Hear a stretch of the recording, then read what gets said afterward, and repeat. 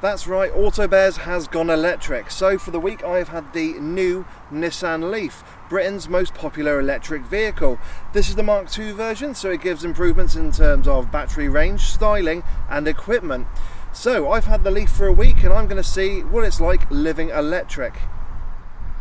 So when it comes to styling, we can definitely agree that the Mark II looks a lot better than the Mark I. It looks a lot more angular and aggressive, particularly if you look at it head on. And because of the fact there's no engine under the bonnet, it's got more of a chunky, squatty stance to it. It kind of looks like the Nissan Micra's kind of bigger, bolder brother if it had been down to the gym a bit and, you know, had been lifting a few weights. And granted, this is a bit of a porker as it is just shy of 2 tons. So I could say actually it's a bit like me, apart from the fact that after 2 minutes of cardio I tend to be a wheezing mess and I'm collapsed on the floor. But other than that, yeah, we're pretty much the same. So when it comes to the interior design of the Leaf, it's a little bit hit and miss. I do like the fact there's a large digital display behind the steering wheel, but there's also an analog speedo. Now that's apparently something that Leaf owners wanted carried over from the Mark I onto the Mark II. Personally, I would have loved a large digital display, something on a par with Audi's virtual cockpit. But I will say the display is nice and clear and easy to read, particularly when on the move, and you can access a lot of the menu functions using the steering wheel controls. The centre console is dominated, or I say dominated, by a 7-inch touchscreen display, and it's not the most intuitive to use, particularly when driving, but it does give you a lot of the information about, you know, your recharging and all the battery information, which I will say I probably need more than a week in order to learn from. But I will say as well, the graphics aren't the sharpest compared to more up-to-date systems from rivals. The actual design and layout is not too bad, but when you get below the climate controls, it gets a little bit kind of last resort in terms of its design. You have got a couple of heated seat buttons, 12-volt socket and a USB, but they just seem to be kind of rushed on there at the last minute. But everything up to that was not too bad. I do like this little kind of gear lever selector, so you put your foot on the brake and you can move it into drive and reverse. Don't forget, being electric, there's only 2 gears, forwards or backwards. You also have on this car what they call the E-pedal, and that's the control here for it. And I'll go into more of that once we're on the move. And also we've got the auto parking assist button as well, and that's an optional extra on this car, and you'll see the price tag for that coming up at the bottom. Now what that means is, and I'll try and see if I can do a demonstration for it today, is when you're driving the car and you're doing your auto parking, on a lot of more conventional cars it does the steering, but you have to put the car into reverse, that way, that's reverse, or forward. On this, just like an Audi A8, you just press the button, select where you want to go, and the car will do it all for you. And all you got to do is keep your finger on that button. But other than that, it's actually not too bad. We've got some decent sized cup holders. There is a nice little cubby area underneath the armrest. I will say though, it does shake a little bit, and there is a decent size amount of room in the glove box. And you have got some good sized door pockets for bottles of water or drink, whatever you would like. But yeah, that's the front on there. It's relatively comfortable and you do sit quite high. But now let's see what it's like for passengers in the rear. So sat in the back of the Leaf, I would definitely say it's more of a 4-seater than a 5-seater. That driving seat is set to my driving position. I'm 5'7" tall and 5'7" wide, and as you can see I've got a good amount of knee room, although headroom is slightly compromised because of that sloping roofline, so anyone over 6 foot might struggle. I will say you get heated seats, and they are operated by a button that's on the front passenger seat. You've also got ISOFIX points on the outer seats here, and on this particular car they are also on the front passenger seat, something you don't see very often. I will say there is actually a good amount of room if you need to move your feet from side to side, but moving them forward underneath the driver's seat, you're actually going to struggle a little bit. So if you're doing any long journeys, you might not be as comfortable as you would expect. In terms of storage, you've got a couple of areas to put some magazines and stuff, and you've also got a couple of door pockets so you can put bottles of water in.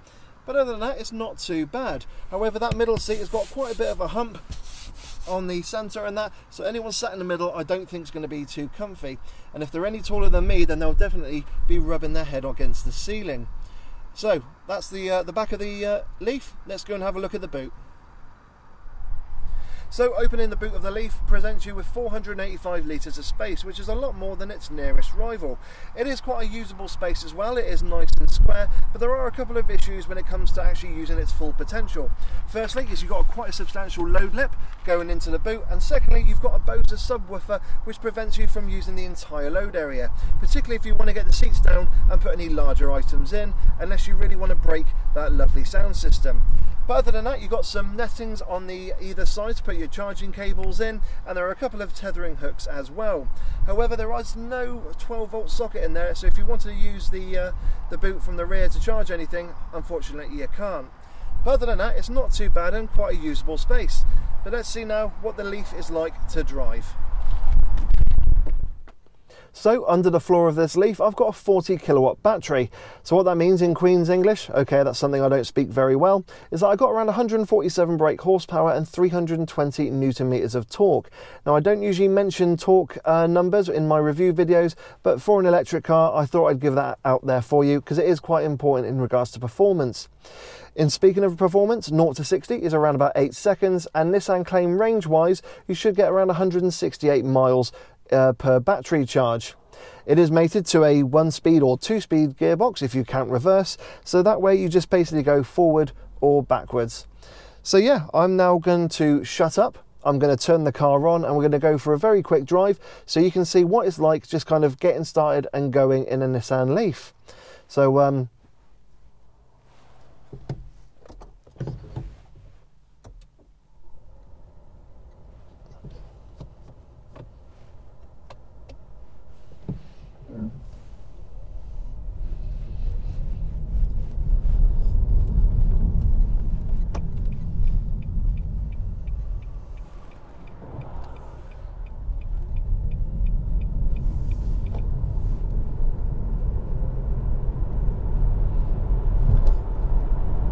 and there you go, that's 50 miles an hour, and as you can tell, it's actually very silent. I do apologise there, Apple CarPlay was about to come on, but as you can hear, it's a very silent car. As you get going, the main thing you hear is a little bit of wind noise, and then that road noise that comes from the tyres. I will say the faster you go, the more you do hear that wind noise.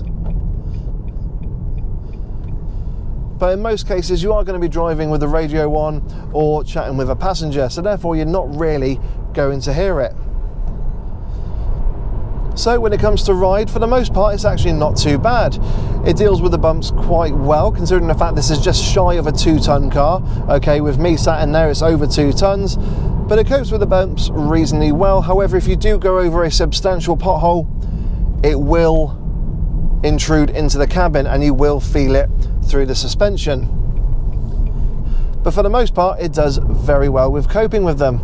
And I live in Milton Keynes, and that's got some pretty shocking roads. So when it comes to handling, the Leaf is actually a big surprise, considering it is a sub 2-ton car. Okay, granted more than 2 tons with me behind the wheel, it does handle very well. That's partly down to the fact that the batteries are based underneath the floor, so it lowers the centre of gravity, but the car also comes with a chassis control that Nissan put in to kind of aid with the stability of the car, and you can't quite feel it being intrusive or anything like that when driving it.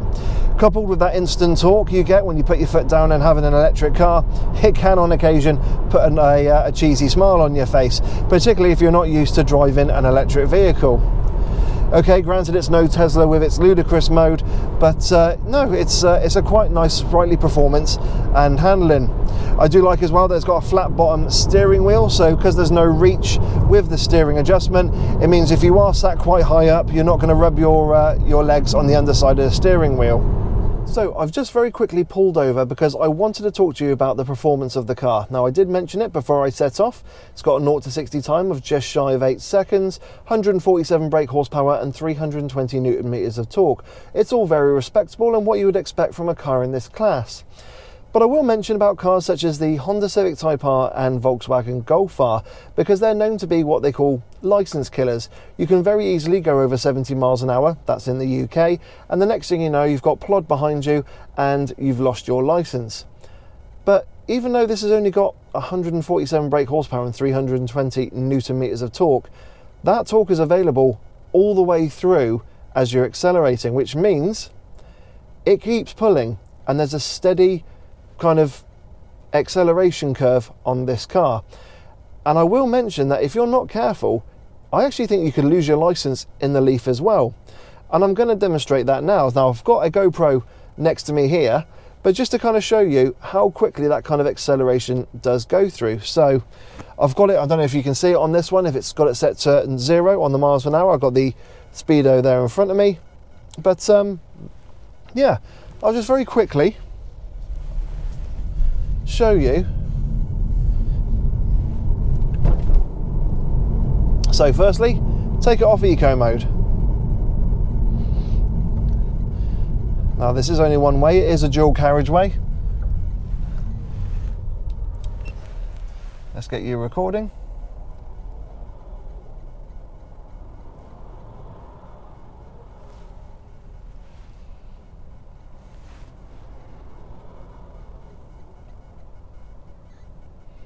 Okay, so we've got a little Toyota Yaris, here we go. 10,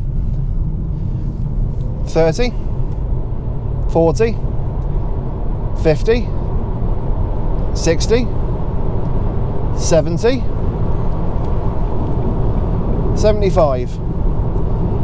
Okay, there's a little bit of an increase in road wind noise. There is a bit of tyre roar as well. If you're in a Golf R, if you're in a Civic Type R, you're going to hear that noise. You're going to hear that you're at 6,000 RPM at 75 miles an hour, so you know what the engine's doing and roughly where you are in regards to speed. But on this, there's nothing to tell you. There's nothing to give it away. No oral sensation to let you know the police are coming. So just keep an eye out for that if you do go for a Leaf. Yes, it's not as quick as a Tesla, but it is deceptively quick. So what are my final thoughts on the Nissan Leaf? Well, the Mark 1 pretty much had its own way and beat the competition very easily. However, with this Mark 2, the competition has come thick and fast, particularly from Hyundai. However, as a standalone car, the Nissan Leaf is actually really good. I've really enjoyed driving with that nice, quiet, calm ambience. And if I've been driving at kind of motorway speeds with the additional wind noise from the wing mirrors, I've just simply had my stereo on and I've not been able to hear it. So I have very much enjoyed living with it. I will mention that I do live in Milton Keynes, so I have got the added benefit of having a lot of access to charging points throughout the town. However, just make sure if you are looking to buy a Leaf, that there is adequate charging support and infrastructure near where you are.